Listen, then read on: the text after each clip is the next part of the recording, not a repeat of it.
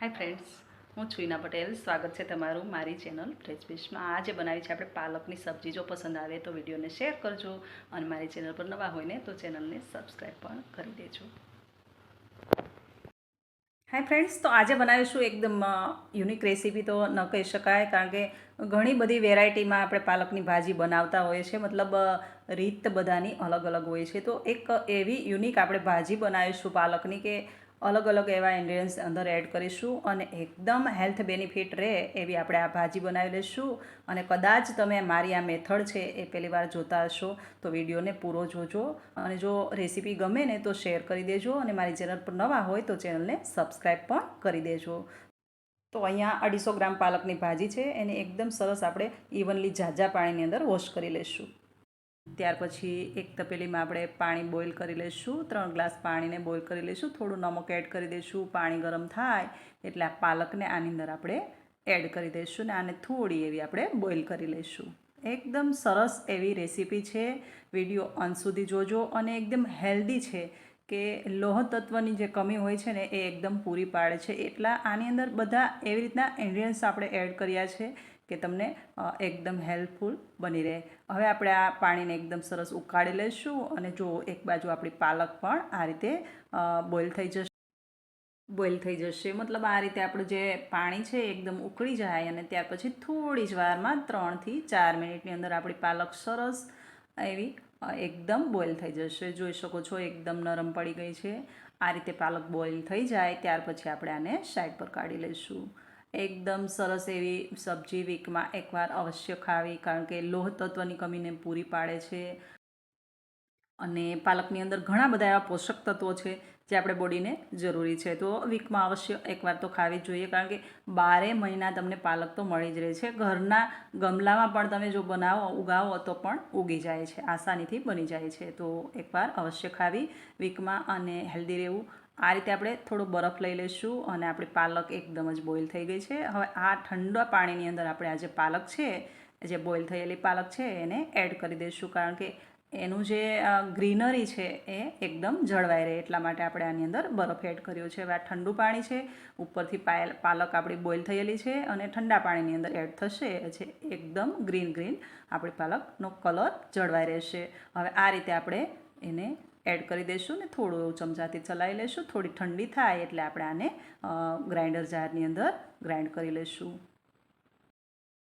જો આ છે ને હવે થોડી ઠંડી થઈ ગઈ છે. હવે આને છે ને આ રીતે આપણે હાથથી પાણી થોડું નિતારી લઈશું, અને નિતારીને આ મિક્સર જારની અંદર આપણે એડ કરી દઈશું, ને પછી આની એકદમ સ્મૂથ એવી પેસ્ટ બનાવી લઈશું. અહીંયા તમે જો તો પાલક તમારી પાસે જો વધારે હોય, 250 ગ્રામ છે, જો વધારે હોય ને તો થોડી પાલક એક્સ્ટ્રા અલગ પણ રાખી શકો અને થોડાની પેસ્ટ બનાવી શકો. બરફનો જે ટુકડો હતો એ પણ મેં અંદર એડ કર્યો છે, જેથી કરીને આપણો કલર એકદમ ગ્રીન જળવાઈ રહે. હવે આ બધું આપણે સાઈડ પર એક બાઉલની અંદર ટ્રાન્સફર કરી લઈશું, અને પછી કરી દઈશું એનો વઘાર. એકદમ મસ્ત એવી રેસીપી બને છે, અને પરાઠા સાથે તો એકદમ ઝક્કાસ એવી આ રેસીપી લાગે છે. તો જરૂરથી ટ્રાય કરજો. અહીંયા 2 ચમચા મેં તેલ ગરમ મૂક્યું છે. તેલ ગરમ થાય એટલે આપણે જીરાનો વઘાર કરી દઈશું. તો જુઓ અહીંયા તેલ પણ ગરમ છે. તેલ ગરમ થાય ને એટલે 1 ચમચી જીરું અને 2 ચમચી ગાર્લિકની એકદમ નાની કટકી મેં કટ કરેલા છે. હવે ગાર્લિક અહીંયા અવશ્ય એડ કરું ને ત્યાર પછી સ્પાઇસી મરચી એ 4 નંગ બારીક કટ કરીને આપણે એડ કરી છે, ને 2 ઓનિયનને આ રીતે રફલી કટ કરેલા છે એ પણ એડ કરી દઈશું, ને આને થોડું એવું આપણે શેકી લઈશું. હવે આમાં છે ને લસણ અને ડુંગળીની જે કચાશ દૂર થાય ત્યાં સુધી શેકવાનું છે. શેકાઈ જાય ને ત્યાર પછી આપણે થોડું એવું હળદર અને ઘરનું જ જે આપણો મસાલો હોય છે, મતલબ લાલ મરચું પાવડર, અને સ્વાદ પ્રમાણે થોડું આપણે નમક એડ કરી દઈશું. પાછું આને બરાબર આપણે શેકી લઈશું. ઇવનલી હવે આમને શેકી લેવાનું છે, અને આ શેકાઈ જાય ત્યાર પછી આપણે બીજા મસાલા આની અંદર એડ કરી દઈશું. તો અહીંયા 2 નંગ નાના ટામેટાને મેં રફલી કટ કરેલા હતા એ પણ આની અંદર એડ કરી દઈશું, ને એકદમ સરસ આને શેકી લઈશું ત્યાં સુધી કે જ્યાં સુધી આપણું જે ઓઇલ છે એ સેપરેટ ન થઈ જાય ત્યાં સુધી આને શેકતા રહીશું. એકદમ સરસ એવી આ પાલકની સબ્જી એકવાર અવશ્ય બનાવવી, કારણ કે અંદર જ્યારે આની અંદર બીજા ઇન્ગ્રેડિયન્ટ્સ આગળ આપણે એડ કરશું ને ત્યારે જે આ શાક બને છે એકદમ પરાઠા હોય કે પછી નાન હોય કે રોટલી સાથે પણ ખાઈ શકો, પણ પરાઠા સાથે તો ઇવનલી, નાન પરાઠા સાથે તો ઇવનલી એકદમ મેચ થઈ જતી સબ્જી છે અને એકદમ સરસ એવો ટેસ્ટ આવે છે. અહીંયા આપણે ગરમ મસાલો એડ કર્યો છે, 1 ચમચી ગરમ મસાલો એડ કરવો અને બરાબર બધું મિક્સ કરી લેવું. જો આ રીતે થોડું શેકાઈ જાય ત્યાર પછી આપણે એડ કરીશું અહીંયા બેસન. તો બેસન એડ કર્યો છે, 3 ચમચી ભરીને અહીંયા બેસન એડ કર્યો છે, 1 નાની વાટકી.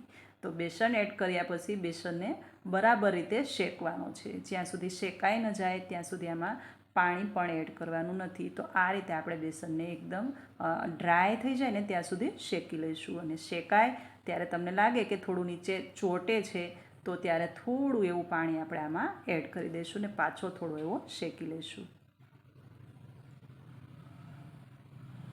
જો આ રીતે એકદમ જ મસાલો બધો ડ્રાય થવા લાગે ત્યાર પછી આપણે આટલું 1 વાટકી ભરીને પાણી એડ કરી દઈશું અને પાછું આને થોડો એવો શેકી લઈશું. બેસનને અહીંયા બરાબર શેકવાનો છે. બેસન બરાબર શેકાશે તો શાક પણ એકદમ સરસ ઘટ્ટ બની જશે.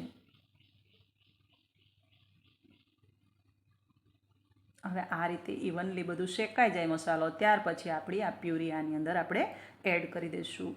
એકદમ ગ્રીન પાલકની પ્યુરી આની અંદર એડ થાય છે અને જોતાં જ એવું લાગે કે એકદમ ટેસ્ટફુલ શાક તૈયાર થઈ રહ્યું છે.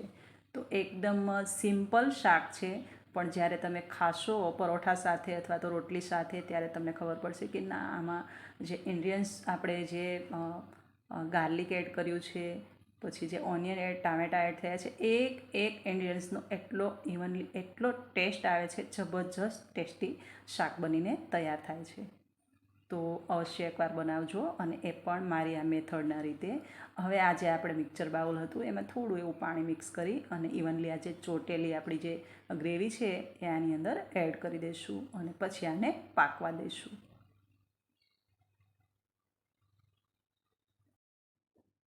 અને હવે છે ને આને મીડિયમથી લોની વચ્ચે આપણે પકવવાનું છે અને એકદમ ત્યાં સુધી પકવવાનું છે તો થોડો કલર પણ ચેન્જ થઈ જશે અને ટેસ્ટ પણ કરી લેવાનું છે. થોડા મરી મસાલા ઓછા લાગે તો ટેસ્ટ અકોર્ડિંગ આપણે ઉપરથી થોડું નમક એડ કર્યું છે, થોડું લાલ મરચું પાવડર, થોડો ગરમ મસાલો અને ઉપરથી ટ્વિંકલ કર્યો છે આપણે થોડો આમચૂર પાવડર અને ધાણાજીરું પાવડર. બધું બરાબર મિક્સ કરી આને એકદમ સરસ આપણે ઉકાળવાનું છે, મતલબ પકવવાનું છે. આ જે ગ્રીન કલર છે એ થોડોક ચેન્જ થઈ જવો જોઈએ ત્યાં સુધી આપણે પકવવાનું છે. ઉપરથી 1 વાટકી ઘરનું બનાવેલું ફ્રેશ દહીં એડ કર્યું છે અને 1 વાટકી અમૂલનું ક્રીમ પણ એડ કર્યું હતું, પણ એ શૂટમાં થોડું સ્કીપ થઈ ગયું છે. હવે આ બધું મિક્સ કરી અને પાછું ઇવનલી આને લો ફ્લેમ પર આપણે પકવતા રહેવાનું છે. એટલું પકવવાનું છે કે ઉપર થોડા બબલ્સ થાય ત્યાં સુધી આપણે કેમ કઢી ઉકળતી હોય બસ એ રીતે આને આપણે પાલકની ભાજીને પકવી લેવાની છે ને તૈયાર છે આપણે એકદમ સરસ ટેસ્ટી ભાજી. તો જો રેસીપી ગમી હોય ને તો વિડીયોને શેર કરી દેજો. ચેનલ પર નવા હોય તો ચેનલને સબસ્ક્રાઈબ કરી દેજો. ફરી પાછા મળીશું આપણે એક નવી રેસીપી સાથે. ત્યાં સુધી આવજો. Thank you for watching.